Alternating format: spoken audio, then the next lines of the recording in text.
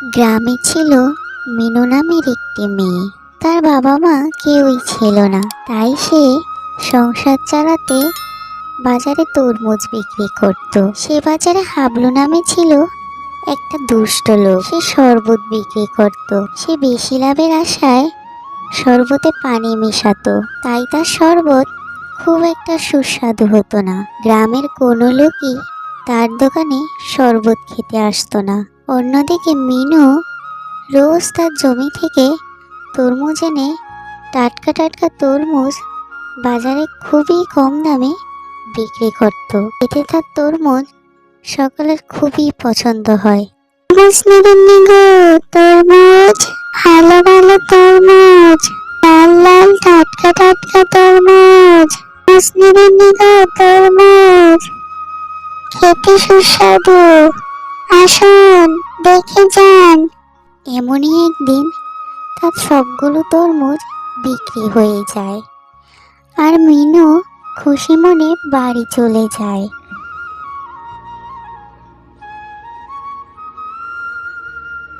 আরে, এ মেয়ে তো দেখছি সব তরমুজ বিক্রি হয়ে গেছে। এ মেয়ের জন্য তো দেখছি আমার এ বাজারে ব্যবসা করা খুবই কষ্টদায়ক হয়ে পড়েছে। তখন হাবলু একজন ত্রান্তিকের কাছে যায় আর সব কিছু তাকে খুলে বলে। সবই তো শুনলাম। এই নে জাদুর মন্ত্র পড়া ওষুধ। এইটা জমিতে ছিটিয়ে দিলে সব তরমুজ নষ্ট হয়ে যাবে, আর কোনোদিনই ওই জমিতে কোনো ফসল হবে না। পরের দিন খুব ভোরে মিনু যখন তরমুজ তুলে বাড়ির দিকে যায়, তখন হাবলু চুপি চুপি মিনুর তরমুজ খেতে যায়। আরে, এই তাহলে সেই তরমুজের জমি যেখান থেকে তরমুজ নিয়ে রোজ বাজারে বিক্রি করে অনেক লাভ করে মিনু। দাঁড়া, আজ তোর একটা ব্যবস্থা করছি রে মিনু। তখন সে সব ওষুধ ওই জমিতে ছিটিয়ে দেয় আর সেখান থেকে চলে যায়।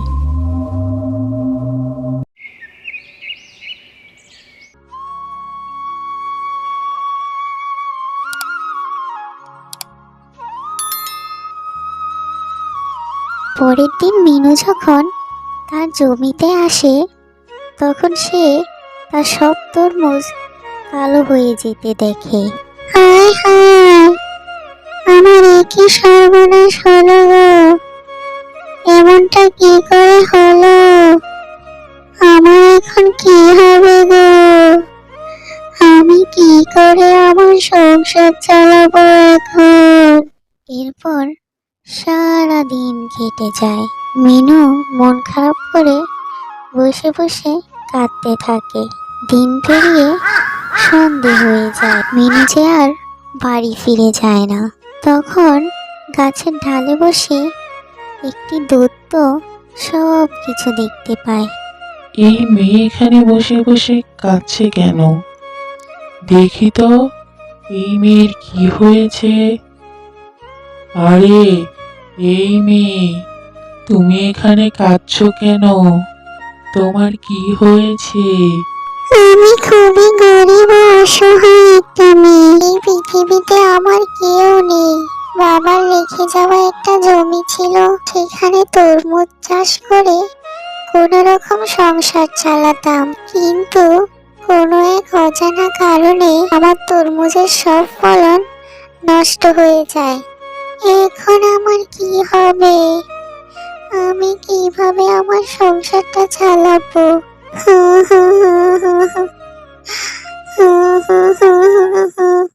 তুমি কেঁদো না মিনু, আমি তোমাকে সাহায্য করব। তখন দত্ত জাদু করে একটি তরমুজের ঘর দেয়।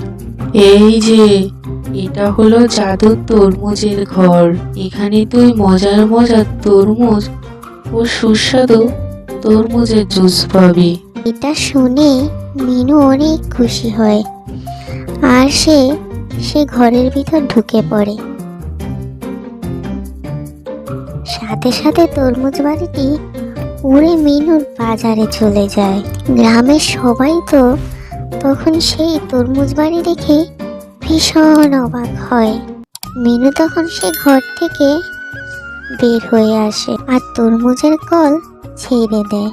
এই যে এখানে তোমরা তরমুজের সুস্বাদু জুস পাবে গো। গ্রামের সবাই খুবই অবাক হয় আর সেখান থেকে তরমুজের জুস পান করতে থাকে। এটা দেখে তো হাবলু পুরোই অবাক। আরে আমি তো ওর ক্ষেতের সমস্ত তরমুজ নষ্ট করে ফেললাম, তাহলে ও একটা আস্ত তরমুজের বাড়ি কি করে নিয়ে আসলো? তার দোকান আবার আস্তে আস্তে ক্রেতা শূন্য হয়ে পড়ে। তখন সে আবার সেই তান্ত্রিকের কাছে আসে। ও সাধুমশাই, আপনি যে ওষুধ দিয়েছেন সেটা তো কাজ করেছে, কিন্তু সেই মিনু মেয়েটা আবার কোথা থেকে যেন একটা তরমুজের বাড়ি নিয়ে এসেছে, আর সেখানে তো শুধু তরমুজ না, শরবতও পাওয়া যায়। আপনি কিছু একটা করে। তাই নাকি? তরমুজের ঘর?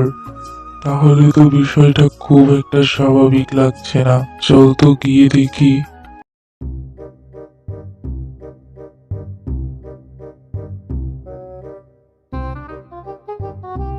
তখন সাধু আর হাবলু রাতের আধারে সেই তরমুজ বাড়িতে যায়। মিনু তখন তরমুজ ঘরে গভীর ঘুমে মগ্ন।